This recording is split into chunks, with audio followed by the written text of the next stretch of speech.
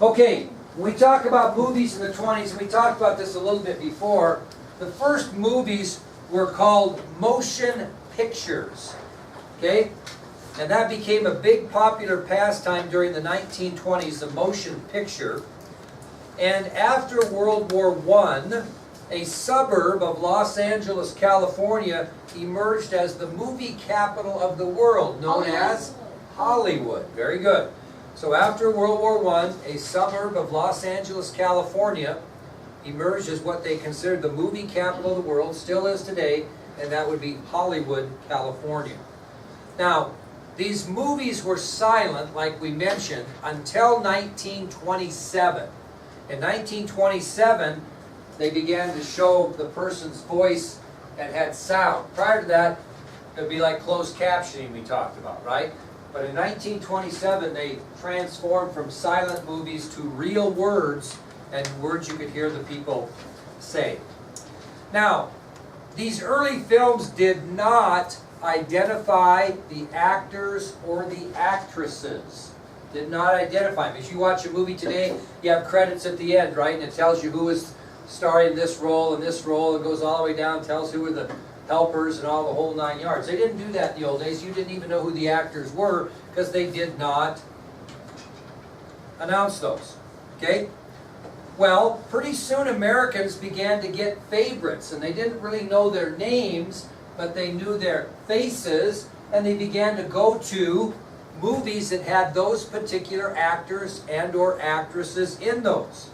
And these movie studios started to realize that people would buy tickets to see certain actors and actresses. And because of their discovery, the movie star was established. And they began to, obviously, disclose who the actors and actresses were of the time. So again, the early films did not identify the actors, and soon movie studios discovered that Americans had their favorites as far as actors and actresses. And once they realized that people would buy tickets to come and see certain actors and or actresses, they would then put their names on the screen, and the age of the movie star began in the United States. Now, you have several of these actors and actresses on your ID sheet. I don't want you to write them down. Just get your ID sheet out, and I'll tell you just barely a little bit about it, okay? Because there's quite a few. So, we talk about Clara Bow. She was kind of the first real movie star actress, okay? And probably the most famous actor of the time was John Barrymore. Does that ring a bell? Drew Barrymore? Drew Barrymore's great-grandfather, okay, John Barrymore. Okay, he was probably the first big-time actor. Then you had a guy by the name of Charlie Chaplin. What was his MO? Anybody know what he did? Comedy. Comedy. He was in comedy, yeah. And some real lookers in the day were Lillian Gish and Gloria Swanson. Not to mention Greta Garbo. Now, one of the other famous male actors of the time was Douglas Fairbanks. Now, tell you a little bit of prelude here. Gloria Swanson had a kind of an interesting boyfriend during the 1920s. And this individual became very famous in America. Probably his son became, well, maybe three sons became most famous. But this particular individual invested a lot of money in the movie business. Disney? He made a lot of money during Prohibition bootlegging liquor. That's where he made his fortune. And his fortune led his children to great success politically. Anybody want to guess who had the affair with Gloria Swanson? Because he was married with 9 children. Joseph P. Kennedy Sr. John Kennedy's father, Robert Kennedy's father, Ted Kennedy's father. He was a movie entrepreneur, put a lot of money in the motion picture and movie business, was rumored to have an affair with Gloria Swanson. They were kind of a big item in the 1920s, despite the fact he was married. The star couple in the 1920s were John Barrymore and Lillian Gish. They were kind of the ones that people would go to see. I don't know what you compare to today, who's the star couple that stars in movies. You don't see a lot of that anymore. A lot of times you'll see movies with the same type of actors or actresses, but there's no real star couple now, is there? Yeah. Angelina and well, they're gone now. They broke up. They broke up, but like They still star together? It's okay. Well, John Barrymore and Lillian Gish were the first star couple in the movie scene, and if they were starring in a movie, it would always guarantee big profit for the movie theaters. Two of the very most famous comedians during the 1920s were Laurel and Hardy. Anybody know anything about those guys? Their Did they appearance? do the who and the what thing? I don't know. I could have. I'm not that familiar. But how about their appearance when they went out? Skinny. One was very skinny. Jack Sprat could eat no fat, whatever. Yeah, one was kind of plump and robust, and one was tall and skinny. And they dressed goofy, and they really were good comedians, and people enjoyed them a ton. Okay, that'll take us to heroes in the 1920s. And heroes could be people that did interesting feats, or sports heroes, those types of people, how we get our heroes. How did heroes come about in 1920? What was the thing that got heroes? What? Aviation. Well, I mean, but what made that aviator famous? How did anybody know about this? Radio. Very good. The introduction of radio that was broadcast into people's homes is what really made heroes in the 1920s. Remember, there was no television until the 1940s. Do you know the first television had a screen that was 6 inches by 6 inches and like this great big furniture box? They were only about that big. And if you had one in the 1940s, you were something. But anyway, radio is what made these heroes their heroes. Anybody know it? I think that Julie Warren and I think that Kyra Klinghagen, certainly you two kiddos, should know who Gertrude Ederle was. What? Are you a swimmer? She is right. She's a world famous swimmer. And what did she swim that made her so famous, girls? No, not the stroke. English Channel. Very good. Gee whiz, our swimmers are stumped and our non-swimmers are kicking butt today. So Gertrude Ederle became the first woman ever to swim the English Channel. And that's a body of water between where? England and France. Very good. I'm not sure. English Channel. I should have looked that up. You guys got a lot of questions. I should be able to provide that information. Now, this was such a big deal back in America that she was given a ticker tape parade in New York City in 1926. She received a ticker, just like it sounds, tape parade in New York City in 1926. Now, Leighton, do you know what a ticker tape is? Not many kids would know that. What's a ticker tape? Think about the city and what goes on in the city. It has to do with finances. Wall Street?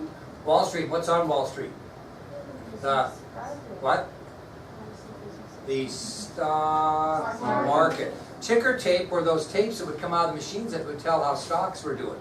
And they had to have some place to put those, so they would save the ticker tape, cut it up, and use it for ticker tape parades. Confetti. Confetti, exactly. It's confetti, but it was ticker tape in those days. Another hero in the 1920s was Charles Lindbergh. I think you probably heard of him. And in 1927, he flew in an airplane from New York to Paris non-stop in 33 hours. In 1927, Charles Lindbergh flew from New York to Paris non-stop in 33 hours, becoming the first person to make a solo flight across the Atlantic Ocean. That was kind of a big deal back in 1927. So in 1927, Charles Lindbergh became the first man to fly from New York to Paris non-stop in 33 hours, first solo flight across the Atlantic Ocean. They got such a big kick out of that that the President of the United States sent a warship to Paris to pick up Lindbergh and his airplane and bring him back to the United States. So the President of the United States sent a warship to Paris, which brought back both Lindbergh and his plane. Why didn't he just fly back, do you think? They were worried that he, might not survive it. Okay? Now, Lindbergh was also honored with a ticker tape parade in New York City, but this was big, really big. because it was estimated that the street cleaners that had to pick up that paper off the ground and such after the parade picked up 1,800 tons of paper. 1,800 tons. That is a lot of paper that was dropped out of windows, etc. during Lindbergh's ticker tape parade. You will get an opportunity to see his plane. Anybody know the name of his plane that flew across? The Spirit of St. Louis. That airplane is in the National Air and Space Museum, and in a year you'll get a chance to see that live in action. Another story off the cuff. This isn't the first time that an aviation hero was grounded, so to speak. After John Glenn became the first American to orbit the Earth, he came back to the United States and got a ticker tape parade, addressed Congress, and John Kennedy grounded him. He never flew again until he was in his 70s, because he did not want America's first real space hero to be killed in flight, because those flights were dangerous, and we'll get into that next year. Okay, that's an interesting story. All right, that'll take us to other heroes, just some names. Barney Oldfield. These are sports heroes. Anybody want to guess what Barney Oldfield was? Baseball. No? Volleyball. Nope. Track. Off the grid, off the athletic grid. Boxing. Race car driver. He was a race car driver. Barney Oldfield, very famous auto racer, a race car driver in the 20s. How about Helen Wills? Tennis. Who said that? Yes, Helen Wills was tennis. How did you know that? I'm just that good. He's a brilliant man. You should know this one, a more familiar name, Jack Dempsey. Patrick Dempsey. Oh, Baseball. Nope. Box. Tap dancer. Boxing. Well, I float like a butterfly, sting like a bee. Who said that? Mohammed. All right, anyway, Jack Dempsey, professional boxer. Baseball. Babe Ruth, by baseball, right?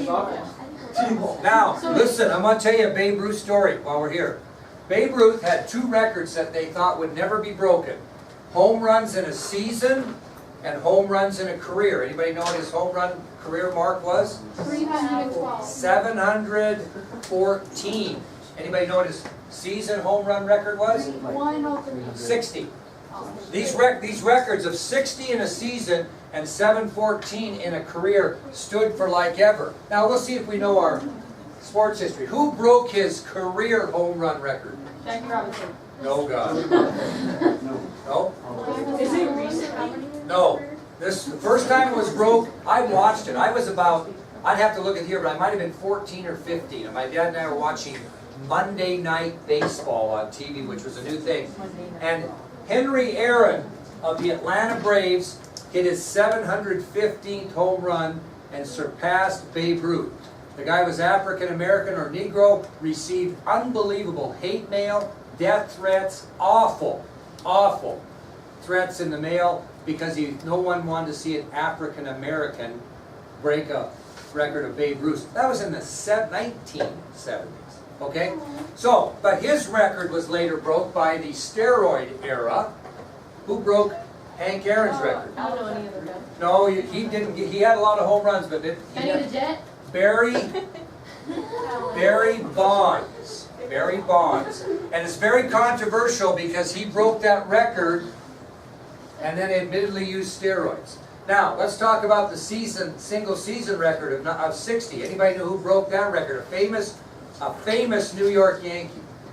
Is he still alive? No, he died of alcohol-induced problems. Initials are MM. Mickey. Mouse. And we have no sports clue. Mickey Mantle. But it wasn't Mickey Mantle. Here's the story on this. It's a great story. It was a little-known man by the name of Roger Maris. Roger Maris and Mickey Mantle were teammates for the New York Yankees. And Babe Ruth's record was it was like religiously followed. So here comes Mickey Mantle. He's starting to make a run at it. He's kind of a hero in New York. Then all of a sudden this Roger Maris, who they acquired in a trade, he gets on fire. And these two Yankees are really on task to both break Babe Ruth of the New York Yankees record. Well, what happens is Mantle doesn't feel good one day and he goes in and gets basically an amphetamine shot, which they it was kind of a pick-me-upper in those days, in his buttocks, and he got a bad infection and his season was over, and Roger Maris continued to climb towards this record. Well, nobody in New York wanted to see Roger Maris break it. My God, this guy was not a Yankee. He was only there a year. And he got closer and closer, and the stress became unbearable. He even lost his hair. As a young man, started losing his hair because the stress was so much. Finally, he breaks the record, hits 61 home runs in 1961, and ends up breaking that record, which was later broken by, who at first? Derek Jeter. Nope. Mark McGuire, who was again in the steroid era, which is very controversial. Anyway. Wait, so does that count? Like well, it counts, but you know, people want to see an asterisk after it because these guys admittedly used steroids during this period of a decade or so. Still controversial. Barry Bonds should probably be in the Hall of Fame, but he can't seem to get in because people remember the steroid era when they took, you know, performance-enhancing drugs, and people don't like that. Whatever. It's still controversial. All right, and the last athlete was a guy by the name of Red Grange. His nickname was the Galloping Ghost. Anybody know what he played? Major sport? Fencing. Major sport we haven't talked about. Polo. Major sport we haven't talked about. Football. Yeah, he was a very famous college football player. Wasn't tremendous, Emily. He wasn't tremendous in the pros, but he was a very good college football player. What was his nickname? Red Grange, the Galloping Ghost. Oh. Okay, with all that happiness talked about and cool stuff, now we're going to move into a little more depressing topic, the Great Depression. Now, this is going to be really kind of weird. Okay, this is going to be really kind of weird. We told you that early in the 1920s the economy wasn't so great because of, you know, GIs coming back and prices and strikes and that. But by 1922, the economy of the United States was kind of kicking into high gear. By 1922, the economy of the United States was kicking into high gear. And from 1922 to 1929, the fall of 1929, let me rephrase that. From 1922 to the fall of 1929, many Americans made money and many Americans spent their money. Okay? They made it and spent it like it was no tomorrow. Okay? So, again, by 1922, the economy of the United States was kicking into high gear, and from 1922 until the fall of 1929, many Americans made money and many Americans spent it with ease. Okay? Now, how does that happen? Well, how are Americans able to do that? How can they just be making money? They got to be making good money by doing what? Jobs. Well, how do they get high wages? Only way they get high wages is if businesses that they're working for are doing well. And businesses between 1922 and the fall of 1929 were making great profits. And as a result of that, millions of American workers were receiving high wages. And people had money. And then you know what they did with their money, Rachel? Or invested it in the stock market, which is a little risky. Okay, I have money that I invest. I have a guy that does that for me. John Shaw does that for me. I put in so much money a month into this investment deal, and he takes care of it for me. I got to trust him, and he puts a little of my money in these high-risk stocks, which have higher rewards. But he keeps most of my money, because that's what I'd like, into these maybe more conservative interest-bearing accounts, because I just as soon not get crushed if the market goes bad. But he would, if I wanted him to put it all in the stock market, he would do that. Well, Americans began to invest their money in the stock market, hoping to make big profits. And when some big profits were starting to be made, Americans did two things. What did they do? They took their profits and did what? Put them back in the stock market, and some even borrowed money from banks to invest in the stock market because they wanted to get a quick, victory here, a quick profit, pay off their loan, take the rest of the money, borrow some more money, put it in the stock market. So the stock market was so good between 1922 and the fall of 1929, Americans began to invest their money that they didn't spend in the stock market, hoping to make big profits, which they did at times. And some people even borrowed money from banks to invest in the stock market, hoping to make money off that as well. Well, during the latter stages of the 1920s, stock market prices soared to their highest levels until October of 1929. So during the latter stages of the 1920s, stock market prices soared to their highest levels ever until October of 1929. So I'll repeat that again. During the latter stages of the 1920s, stock market prices soared to their highest levels ever until October of 1929. And on October 24th of 1929, it all came crashing down. On October 24th, 1929, it all came crashing down. And let me tell you why it all came crashing down. Because the United States of America was producing more goods than they could sell. They were producing more goods than they could sell. Now, what happens when you have more supply than demand? Inflation. Okay, and prices go Up. down. Yeah, if you got more supply than demand, prices go down. It was estimated by mid-November of 1929, about 3 weeks after the stock market crashed, Helen Cottrell's stocks were now worth 50% of what they were before. So if she had $100,000 invested in those, either of her own money or money that she borrowed, all of a sudden that $100,000 was worth $50,000. That's how it went. By mid-November of 1929, stocks were cut in half. So, Americans who had invested their money